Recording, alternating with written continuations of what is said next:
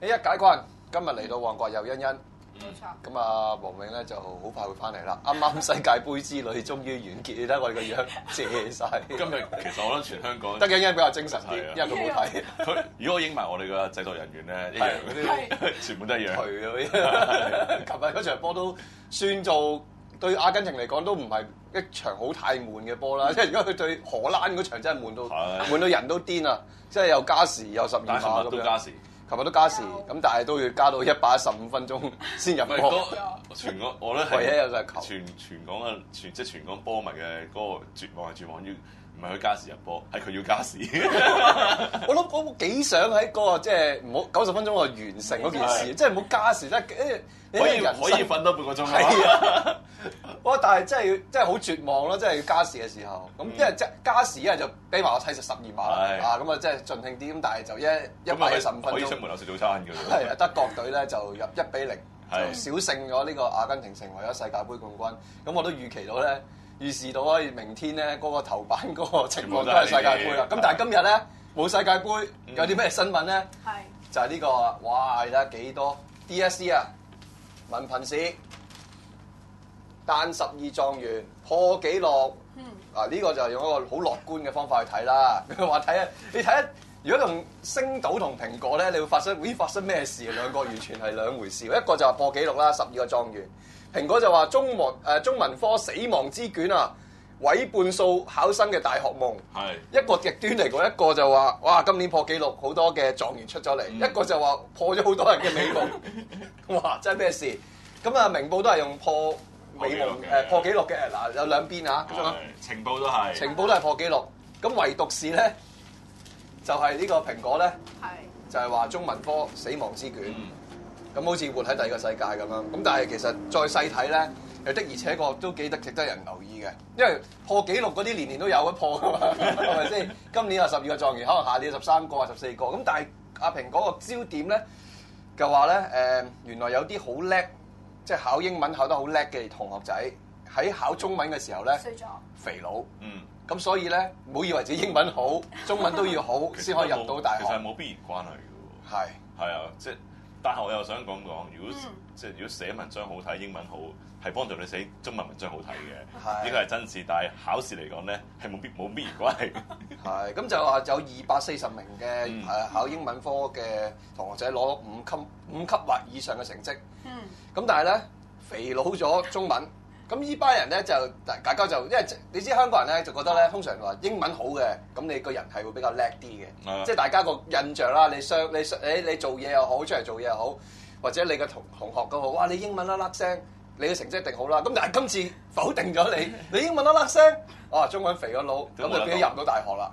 咁反而咧，中文叻嘅人咧，或者考試合格嘅人咧，中文有5星或以上咧，佢嗰個肥佬英文嗰個數咧係少好多喎。咁所以係咪啲大家即係平時日常補習啊，淨係補足咗，就係譬如補咗就係英文，中文就忽略咗咧？以為自己係冇，以為自己掂啦，即係識睇啊，起碼識睇先啦，係嘛？英文你都係你有啲唔識睇噶嘛，咁會唔會係咁咧？兩位？我覺得係嘅，其實即係有啲人覺得自己都係講開同埋睇開啊嘛。但係根據我考 DSE 嘅經驗，係我哋考過喎，考過啦，係喎，上年去考過啦。好明顯係其實入到去嗰個考試卷嗰個世界咧，同你日常接觸個世界兩個世界嚟嘅。我冇話好定唔好啊，只不過係考試還考試，做人還做人啫。咁你如果要應付一場咁嘅試嘅話，咁要多操練。因為最簡單嘅問題就係你組織個題目同埋答嗰個試嘅，係啊，同埋練嗰手字。你知我手字㗎啦，好靚，勁得滯，冇人聽得明。咁跟住，即係你呢啲已經係打字咯。平時所有嘢都打俾我，佢會寫俾我。唔識再揸筆啦。我已經揸唔到嘅，即係我記唔到有時啲筆畫都我用錯晒，寫錯別字啊嗰啲啦。錯別字都有，但係最大鑊係唔記得啲字點寫，因為我用倉頡刷得太多。同埋通常打一個字，佢仲打開字嘅人咧，打開咗第一個字咧，有埋另外一個字出嚟噶嘛。所以一路揀，係啊。啊。咁所以就會即係已經考唔翻㗎啦。即係我發覺要操練咯。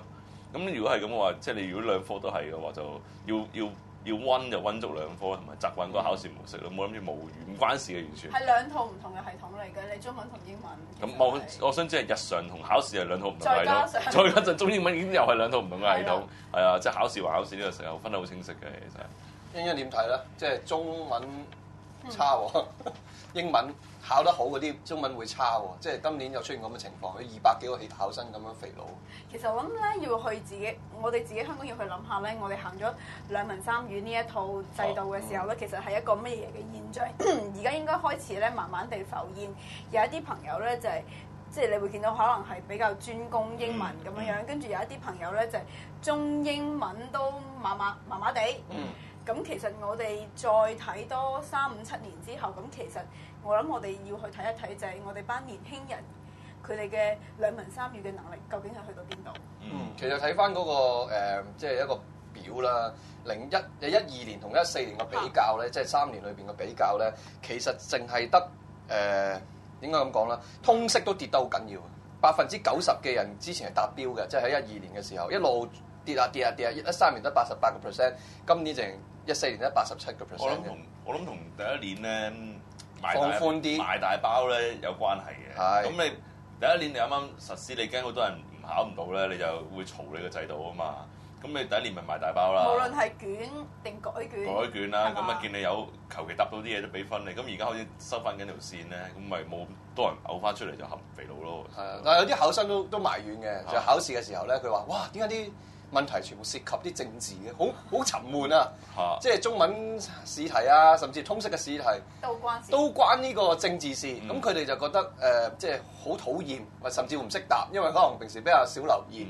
即係例如中文其中嘅一條題啦，係啦。咁即係點去理解咧？另外通識題咧就係話有2張相啦，一張就係遊行相啦，咁一張就係支持梁振英嘅，就比較相對係少人嘅。咁另外一張咧就係即係七一遊行嘅時候好多人嘅，咁啊叫考生去解釋咁樣樣。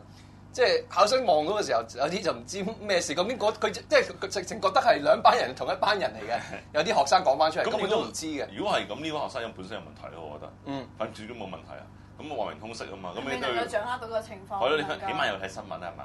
你要考通識，咁又過唔過去都分唔到就。咁至於 B 咧，尋日我覺得未必關政治事嘅又，睇係點答嘅啫。如果你答，你會點答咧？又再去考。當你答啦，你唔用一個政治嘅層面去答嘅話，有咩點樣答嗰條？我會寫選擇嘅沉默。有咩必要的沉默？必要的沉默。我會寫我隻狗仔咯。係啊，你可以寫動物㗎，即係譬如有啲動物係有必要的沉默㗎嘛。即係我放咗工翻嚟唔好嘈啊！或者係冬天要冬眠嘅，咁咪必要的沉默咯。即係你可以第二啲嘢㗎嘛，或者你用呢個嘢比喻人生，你人生段時間可能係需要沉默㗎嘛，唔係日都要向上爬嘅，可能係有 gap year 嘅都得㗎。咁我一定要指明要咁答㗎嘛，只不過你個腦嘅聯想能力啫，我覺得係。咪就算要答政治，你可以抽離㗎，你可以唔講香港㗎。咁但係佢可能係冇咁嗱呢個先係 point 咯，又冇國際視野，對香港本地有。你咪可以講翻到一啲其他作品，因為係寫沉默寫得好好嘅咧，係啊，即係寫冷靜啊、沉默同寂寞有冇咩分別咧？憂鬱又點樣嘅咧？其實唔好寫呢啲㗎，其實大把嘢寫，我又諗唔明，點解一定要寫政治？不過我會咁講冇低分，因為我覺得個考官其實心目中，因為其實佢想你寫政治㗎嘛，你離題，我識個屎，你離咗題，所以我嘅答案大家唔好聽。係不過咧，再睇翻咧都其實今次雖然即係好多人肥咗腦啦，咁都要揾出路噶嘛。哇！呢個做台大商機啊！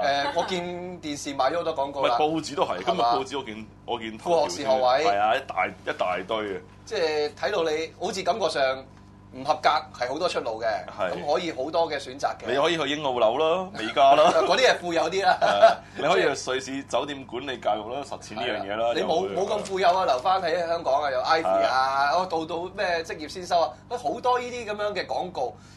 即係出咗嚟，咁學生就睇落去就可能都唔知自己想要啲咩。你即係阿欣你都有留意到啦，即係多到咁樣嘅時候，其實應該點樣選擇？即係其實或者講翻啲數據先，其實今年可能係講緊係2個人到，即係多過2個人到啦，就爭一個位嘅。係啦，2.5。咁咪就好易入啫。咁但係你要揀你自己心儀嘅學科，即係嗰個先至係個目標㗎嘛。呢一個即係唔係夾硬入咗就算㗎嘛？係啦，跟住因為你夾硬入咗，跟住你又要自己走去轉科嘅話，其實唔係一定會成功噶嘛。你係想入到你心儀嗰個科目，咁就要識得自己去揀。咁跟住餘下落嚟嗰啲入唔到嗰啲，咁點算咧？即係有夠資格又入唔到咯。我諗第一個題目我想講咧就係睇餸食飯啊，攞幾多分有得讀咪讀咗先咯，係咪先？你又考多年又唔通入咗個局入邊好過未入個局入邊啊？即係我覺得呢個冇得討論㗎。你而家去怪你自己個選擇，即係你早應該改選擇啦。如果係咁樣，見自己實識唔對，入咗去先講。咁第二個我會咁諗就係，其實呢啲科目我留意到咧，全部都係啲第三產業，即係服務業啊，或者係一啲工商管理啊。而家香港係咪好需要呢啲人先？或者設計係咪好需要呢啲人先？周街都係，即係呢一大堆嘅廣告，其實係佢滿足緊呢個夢啫嘛。